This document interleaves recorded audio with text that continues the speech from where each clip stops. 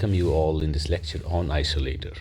A microwave isolator, like a gyrator, is basically a two-port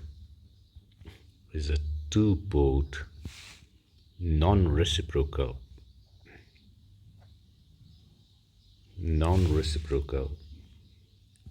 passive ferrite-based device which provides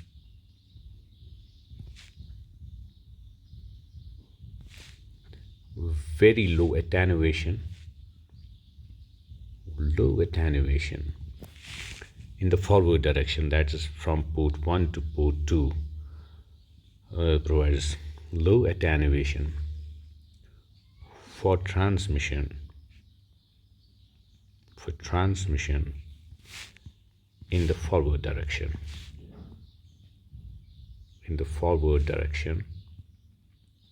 Forward direction would mean, for a two-port network, it would mean from port 1 to port 2. And very high attenuation,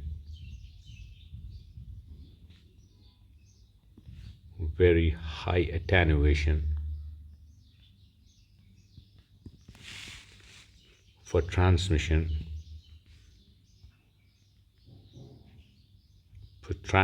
in the backward direction.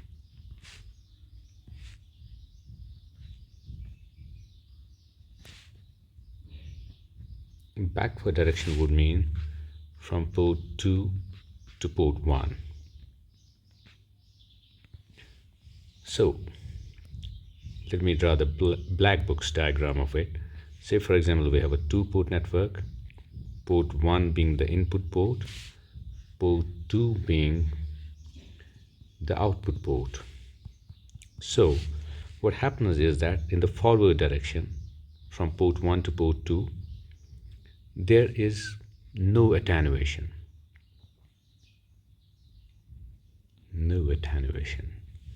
And in the backward direction, from port 2 to port 1, if I feed a signal at port 2 and receive a signal and check the signal strength at port 1, for example, the signal strength at port 1 would be very small. So high attenuation is in the backward direction. High attenuation. In terms of, for example, power, if I feed power P1 here, I'll almost receive the same power P1 at port 2. But if now I feed a signal having power P1 at port 2, I'll receive at port 2, I'll receive a very small, negligible power, almost equal to 0. So in the reverse direction, it offers a very high impedance, or it attenuates the signal in the backward direction. So in terms of S parameters, for example, in this case, the S parameter S12 would be 0 and S21 would be approximately or almost equal to 1. As we know, for example, in case of S12 basically is B1 upon A2, and S21 is B2 upon A1. If I assume the ports are matched, that means S11 has to be 0 and S22 has to be 0, assuming they are perfectly matched, which is basically a case for an isolator and a gyrator, that these ports, input and output ports, they are perfectly matched. Now coming back to S21, so S21 is B2 by A1. This would mean, let me use a black marker. So S21 would mean B2 by A1. That means if I feed a signal here with amplitude A1, and at B2 I receive a signal, at port 2 I receive a signal B2. So B2 by A1, as I said, there is no attenuation. The amplitude of wave A1 would be same as the amplitude of wave B2. So this parameter is 1. Now in the reverse direction, if I feed a signal Say for example, I feed a signal at port 2. If I am feeding a signal at port 2, it would be A1, A2 rather, A2, because we are at port 2, A2, and the signal that I receive at port 1 would be B1. So what is B1 by A2? B1 would be very small in amplitude because the attenuation is high in the reverse direction. So B1 by A2 is 0. So B1 by A2 is 0 would mean our S12 is 0. So the S matrix in nutshell for an isolator is the S matrix would be 0, 0, 1, 0. This is the S matrix of an isolator. Now, in order to understand the construction and working operation of an isolator, I need to paste this figure here. Let me shift it towards left. So this is what an isolator, figure A here shows us an isolator. This is what it looks like. So an isolator basically has a piece of circular waveguide. This part so far is concerned, this is basically a circular waveguide. And as we know, the dominant mode for a circular waveguide is TE11. So this circular waveguide transitions to standard rectangular waveguides on both the sides. On this side it has a rectangular waveguide, and on other side it transitions to a rectangular waveguide. For example, if we can see here from point, say for example point A to point B here, what happens is that it tapers to a rectangular waveguide as is shown here. And on the left hand side again we have a rectangular waveguide. This circular waveguide at the center, this circular waveguide at the center part of it transitions to a rectangular waveguide, and there's a bent here. If you can see it, that there's a bent, a transition of circular waveguide to a rectangular waveguide. So there's a transition from circular to rectangular waveguide, and the tilt that we can see here is 45 degrees. In case of a gyrator, the tilt was 90 degrees, and here the tilt is only 45 degrees. This is where the tilt is. I can show it again in red color. So this is where the tilt of 45 degrees occurs. So we are having a rectangular cross section here. So this rectangular cross section is being given a tilt of 45 degrees at this point. A 45 degree tilt is given, and on the other side of this circular waveguide we have another section of, in other words, this changes, this is being tapered to a rectangular waveguide on the other side as well.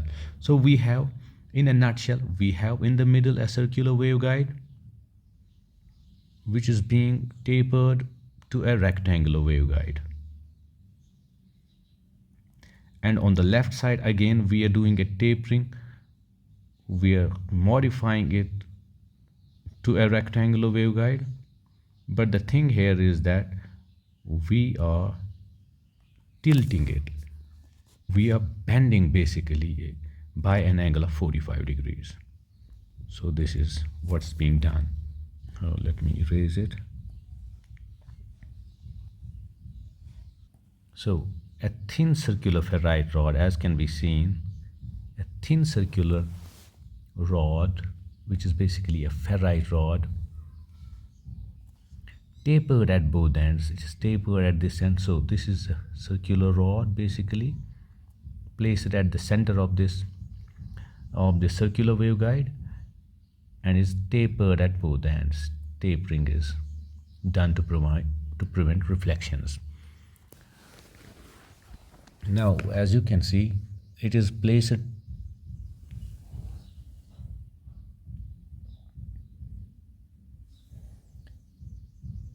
and the ferrite used in our case, the ferrite, for example, used in our case, tilts the electric field by 45 degrees. This is a 45 degree tilt, 45-degree tilt is being created by this ferrite.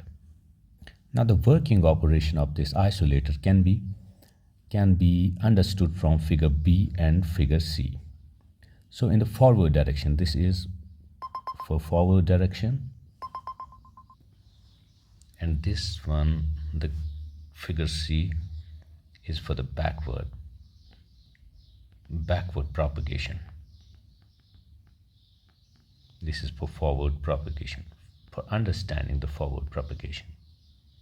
Now as we can see from figure B, initially the electric field here is, and in between we have two, here as you can see we have two resistive cords. We'll discuss their usage, their importance as we try to understand this mechanism as we go down the line.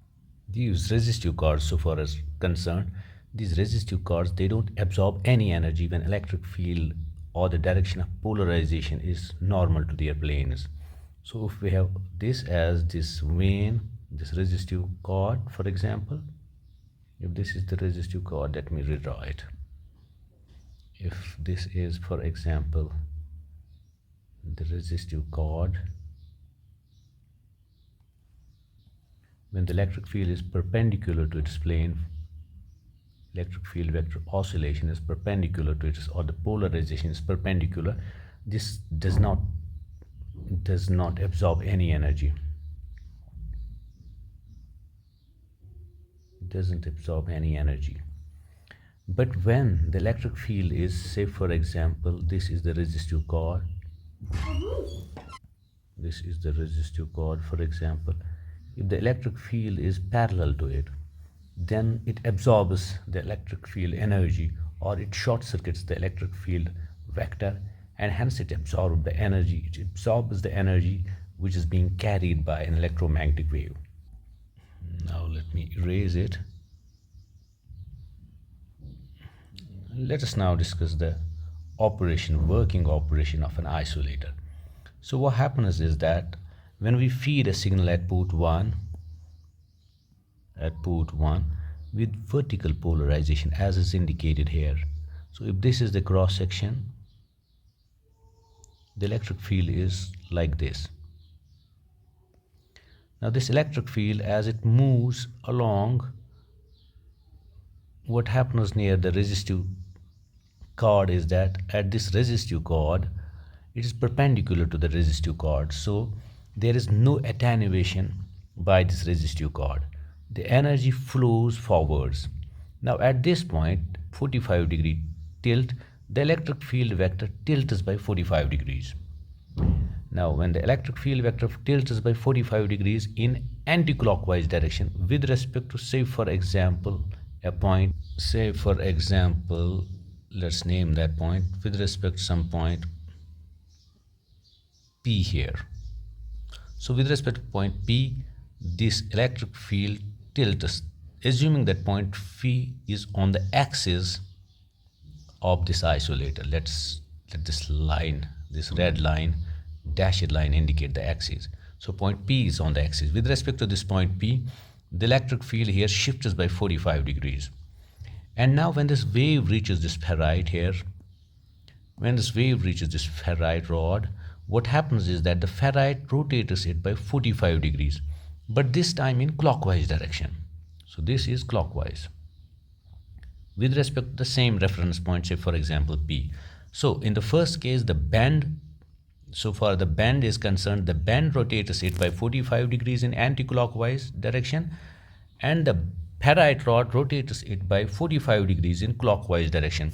So there is no net rotation of the electric field vector, and the electric field vector reaches this another resistive cord here.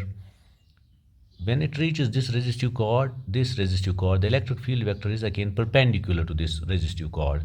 So there is no attenuation of the wave by the resistive cord. So what happens is that the energy flows, or the signal flows from port 1 to port 2 without any attenuation and maintaining the same polarization. So if it was vertically upwards, it's again vertically upwards. So in other words, the polarization remains the same, and again the signal strength remains the same, as there is no attenuation done by the resistive cords when the signal travels from port 1 to port 2. Now let's try to understand what happens when the signal moves from port 2, or the signal flows from port 2 to port 1. Let me raise it first. So we have discussed the wave propagation in the forward direction, or from port 1 to port 2. This is also understandable from figure 1b. So initially we have polarization vertical at the input port. We have this as electric field. Then here at the bend it shifts by 45 degrees. Then this ferrite bends it again, or by an angle of 45 degrees, but in the clockwise direction. So here it is anti-clockwise direction. At this location it is anti-clockwise, but here now it is clockwise. And eventually we have this as the output, which is same as that of input. It is vertical here at the input, and we have the electric field vertical again at the output. Now let us try to understand the propagation of the signal from port 2. This is port 2 side, this is port 1. Now we are considering the propagation from port 2 to port 1. Now assuming that initially the electric field is in the vertical direction. Now this ferrite, so far is concerned, it tilts it by 45 degrees, but in clockwise direction as is shown here. When it tilts it by 45 degrees, what happens is that it moves ahead, and here we have another 45 degree shift. So that is again in the same direction. This is clockwise, this shift is also clockwise. So there we have 45. Initially we have a 45 clockwise shift because of the ferrite, and then we have again a clockwise shift of 45 degrees because of the bend in the waveguide. So the total shift is 45 plus 45 is 90 degrees. So when this wave reaches this resistive cord, at the resistive cord, what happens is that the electric field is completely in the plane of the resistive cord. This time, if it is the resistive cord here, this is the resistive cord here basically. So the electric field is also in the same plane. So what happens is that this resistive cord absorbs the energy of the electromagnetic signal, and hence we don't receive any output power at port 1. So this is the point that we were trying to explain, that when a signal moves from port 1 to port 2, there is no attenuation, but yes, there is huge attenuation, high attenuation when the signal moves from port 2 to port 1. So in microwave engineering, why do we use, or what are the advantages of using isolators? Basically in microwave circuits we usually have a microwave source, let me write it again. We usually have a microwave source or a generator, and we connect this microwave source or microwave generator to some load. Now if the load is not matched to the characteristic impedance of the transmission medium, if ZL is not equal to Z0, what happens is that the incident wave gets reflected. Some part of the energy gets reflected. Back to the generator, which is not required, which is basically not desirable. We don't want the reflected power to reach the source back, as these reflections, they cause frequency instability and amplitude instability. So what happens because of these reflections is that these reflections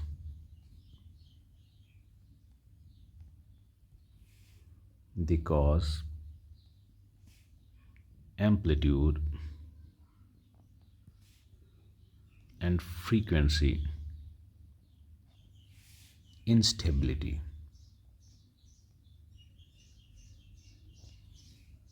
Of the microwave generator.